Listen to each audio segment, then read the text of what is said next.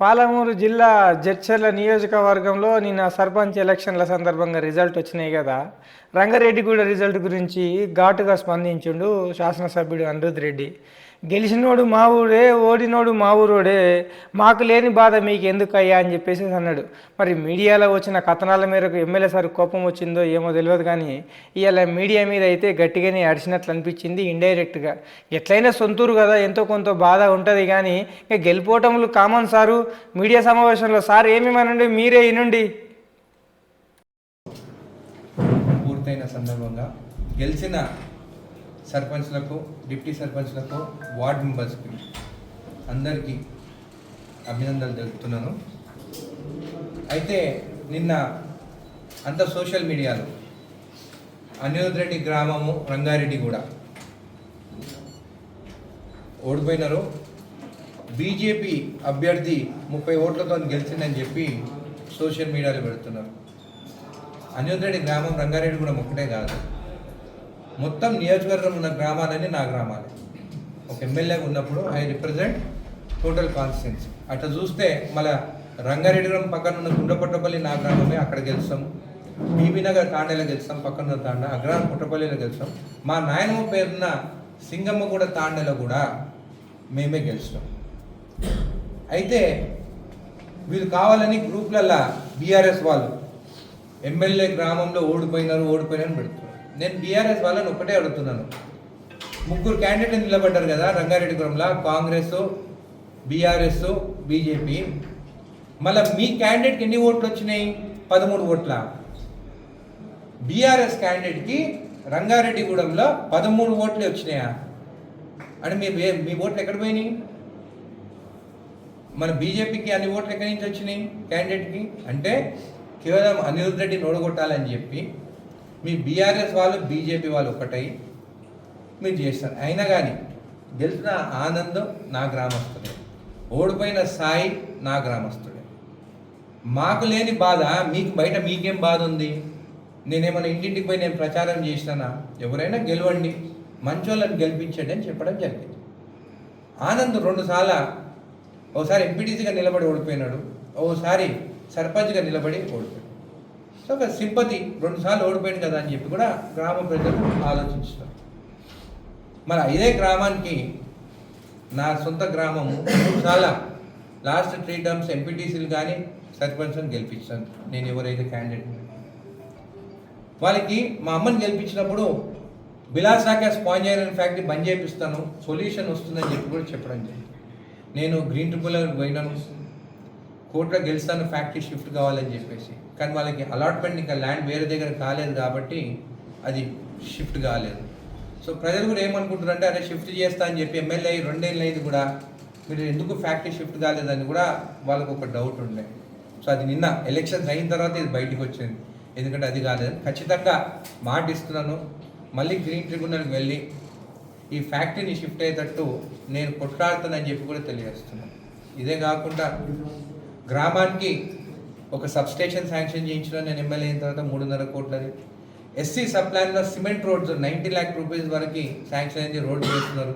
SC కాలనీలో CSR యాక్టివిటీతో 25 లక్షలతో anganwadi building కట్టినాము, స్కూల్లో డైనింగ్ బిల్డింగ్ కట్టిస్తున్నాము. ఇవన్నీ తెచ్చిన తర్వాత కూడా ఈరోజు ఈ పరిస్థితి వచ్చిందంటే ఇది సింబల్ లేని, అంటే పార్టీ సింబల్ లేని ఎలక్షన్స్.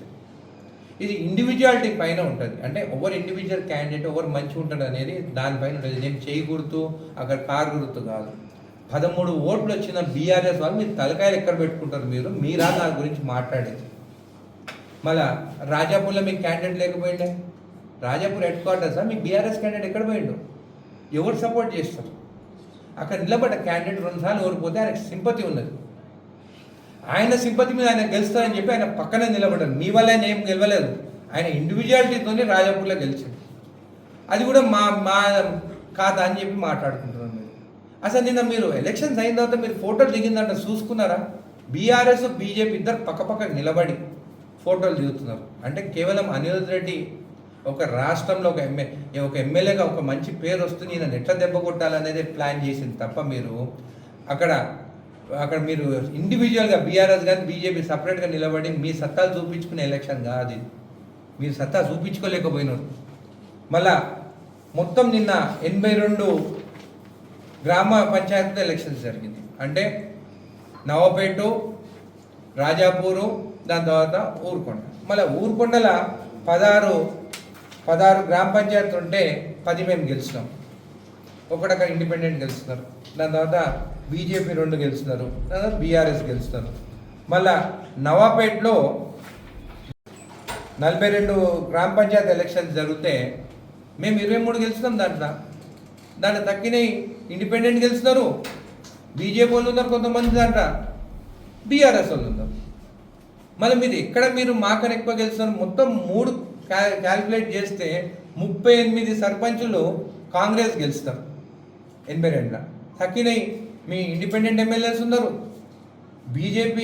ఇండిపెండెంట్ సర్పంచ్ ఉన్నారు, బీజేపీ సర్పంచ్ ఉన్నారు, మళ్ళా బీఆర్ఎస్ సర్పంచ్ ఉన్నారు. అంటే 50% మేము గెలిచి మీరు కావాలని మా గీరుడు అని చెప్పేసి ఫోటోలు పెడుతున్నారు మీ నాయకుడిని. మరి మీ నాయకుడు మినిస్టర్ ఉన్నప్పుడు జడ్చల బుక్క వెంకటేశం గెలిచింది కదా, ఆయన గెలిచి మినిస్టర్ ఉండే కదా, మినిస్టర్ ఉన్నప్పుడే జడ్చల సర్పంచ్ ఆయన గెలిచిండు కదా. దాని తర్వాత ఆయన ఏమన్నా ఓడిపోయిందా ఎమ్మెల్యేకి? 40,000 మెజారిటీతో గెలిచిండు. ఇప్పుడు నేను చెప్తున్నా, నా ఊరు ఓడిపోయిందని మీరు అంటున్నారు కదా, వచ్చేసరికి ఎట్లయితే మీ నాయకుడు ఆ రోజు 44,000తో గెలిచిండో ఇక్కడ సర్పంచ్ ఓడిపోయి, అప్పుడు ఆవంచల కూడా ఓడిపోయింది కదా. ఆవంచల ఈయన ఎమ్మెల్యేగా గెలిచిన తర్వాత 2018 తర్వాత 2019 ఎలక్షన్స్ వల్ల ఈయన సొంత ఊరు, మీ నాయకుడు సొంత ఊరులో 560 ఓట్లతో ఓడిపోయిండు. అక్కడ క్యాండిడేట్ మీ నాయకుడు క్యాండిడేట్ పైన 560 ఓట్ల మెజారిటీతో గెలిచిండు. ఇక్కడ మీరు ఇద్దరు ఒకటి అయింది కాబట్టి 30 ఓట్ల డిఫరెన్స్ వచ్చింది.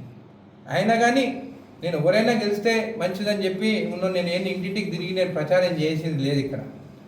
అయినా కానీ నేను చెప్తున్నాను, రంగారెడ్డి ప్రజలకి, నా కొడుకు కూడా చెప్పినాను నేను, నా సొంత ఊరు, ఆ ఒక్క ఊరు వల్లనే నాకు అమెరికాకు పోయి నాకు జాబు అక్కడ చేసుకునేదనుకుంటే కూడా ఆ రంగారెడ్డి కూడా ప్రేమతోనే నేను బయటికి కూడా ఎక్కడ పోలేదు. నేను నా కొడుకు కూడా చెప్పాను, నేను చచ్చిపోతే కూడా రంగారెడ్డి కూడా నన్ను అక్కడ ఏది ఉందా కానీ అక్కడనే జరిపించాలని చెప్పి కూడా నా కొడుకు కూడా చెప్పినాను, అంతిమ సంస్కారంగా నేనున్నా. కాబట్టి ఈరోజు మా గ్రామ ప్రజలకు కూడా చెప్తున్నాను, మన ఊర్లో జరిగేటిది బయట వాళ్ళు దాన్ని అడ్వాంటేజ్గా తీసుకొని మనం నెగిటివ్ చేయాలని చూస్తున్నాం. అయినా కానీ తీర్పు వచ్చింది, నేను మీకు సహకరిస్తాను, ఎవరు గెలిచినా కానీ గ్రామం అభివృద్ధిలో ముందుకు తీసుకెళ్దాము రంగారెడ్డి కూడా అని చెప్పి కూడా తెలియజేస్తున్నాను. ఇంకా సెకండ్ ఫేజ్, థర్డ్ ఫేజ్ ఉంది. కాంగ్రెస్ నాయకులకు అందరూ నేను ఒకటే తెలియజేస్తున్నాను, మీరు ప్రతి గ్రామంలో మీరు కొట్లాడుకొని ముగ్గురు క్యాండిడేట్, ఇద్దరు క్యాండిడేట్ పెట్టుకొని మీరు కొట్లాడకపోతే ఓటు చీలిపోయి 3వ వ్యక్తికి అక్కడ వాళ్ళు గెలుస్తున్నారు కొన్ని జాగాలంతా మేము చూస్తాం నిన్న. కాబట్టి దయచేసి ఈ second phase, third phase elections పోయే గ్రామాలలో మీరందరూ కలిసి కూర్చొని ఇంకా టైం ఉంది కాబట్టి ఒకరికొకరు మీరు మాట్లాడుకొని మీరు కొట్లాడితే ఖచ్చితంగా మెజారిటీ సీట్స్ సెకండ్, థర్డ్లో కూడా మనమే గెలుస్తాము. కాబట్టి మళ్ళీ టైం ఉంది కాబట్టి మళ్ళీ ఒకసారి కూర్చోండి అని చెప్పి నేను రిక్వెస్ట్ చేస్తాను కాంగ్రెస్ గారు.